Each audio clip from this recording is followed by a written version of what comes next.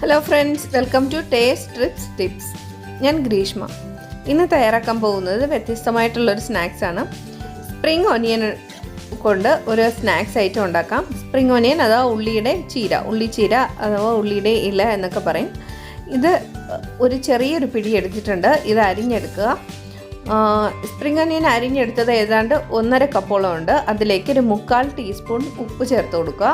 അതിലേക്ക് 1 table spoon ഇഞ്ചി പൊടിയായിട്ട് അരിഞ്ഞെടുത്തത്, 2 പച്ചമുളക് ചെറിയ കഷ്ണങ്ങളാക്കി അരിഞ്ഞെടുത്തത് ചേർത്ത് നന്നായിട്ട് ഇളക്കുക. ഇതൊരു 10 മിനിറ്റ് നേരം റെസ്റ്റ് ചെയ്യുന്നതിനായിട്ട് മാറ്റി വെക്കുക. അതിനുശേഷം നമുക്ക് 1 കപ്പ് ഗോതമ്പ് പൊടി ചേർത്ത് കൊടുക്കാം.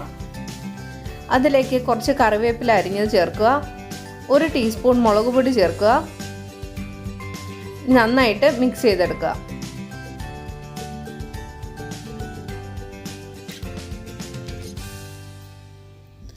നല്ലതുപോലെ മിക്സ് ചെയ്ത് കഴിഞ്ഞാൽ നമുക്ക് വെള്ളം ചേർത്ത് കൊടുക്കാം. 3/4 കപ്പ് വെള്ളം എടുത്തിട്ടുണ്ട്. അത് കുറേശ്ശെയായി ചേർത്ത് കൊടുക്കുക.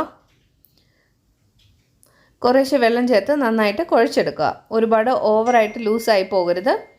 പക്ഷേ ചെറിയ ഒരു ഉരുളകളാക്കാൻ പാകത്തിന് ലൂസാവണം. ഒരുപാട് ടൈറ്റും ആകരുത്.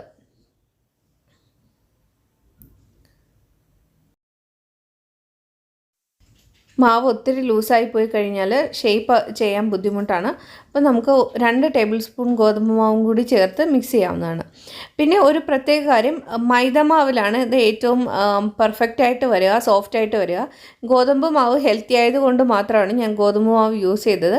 ടേസ്റ്റ് കൂടുതൽ മൈദമാവിൽ ഉണ്ടാക്കുമ്പോഴാണ്. അപ്പോൾ ഗോതമ്പ് മാവിലാകുമ്പോൾ കുറച്ച് കട്ടിയൊക്കെ കാണും. അപ്പോൾ അതനുസരിച്ച് വേണം. ഹെൽത്ത് വൈസ് നോക്കുകയാണെങ്കിൽ ഗോതമ്പ് മാവായിരിക്കും നല്ലത്. ടേസ്റ്റ് വൈസ് മൈദമാവ് യൂസ് ചെയ്യുന്നതായിരിക്കും നല്ലത്. മാവ് കുഴച്ചെടുത്ത് കഴിഞ്ഞാൽ പെട്ടെന്ന് തന്നെ നമുക്ക് ഉണ്ടാക്കിയെടുക്കാൻ പറ്റും. എണ്ണ ചൂടാക്കാനായിട്ട് വയ്ക്കുക. കയ്യിൽ കുറച്ച് എണ്ണ തേച്ച് കൊടുത്ത ശേഷം നമുക്ക് വടയുടെ ഷേപ്പിലാക്കിയെടുക്കാം. ചെറിയ ഉരുളകളാക്കി ആദ്യം എടുക്കുക. അതിനുശേഷം നമുക്ക് വടയുടെ ഷേപ്പിലെടുക്കാം. ഞാൻ നടുക്ക് ഒരു ഹോളിട്ട് ഒരു ചെറിയ ഉഴുന്ന വടയുടെ ഒരു ഷേപ്പിലാണ് ആദ്യം ഉണ്ടാക്കുന്നത്. എങ്ങനെ വേണമെങ്കിലും നിങ്ങൾക്ക് എടുക്കാവുന്നതാണ്. കനം കുറച്ച് പരത്തി നോർമൽ ഉള്ളിവട ചെയ്യുന്നത് പോലെയും ചെയ്തെടുക്കാവുന്നതാണ്.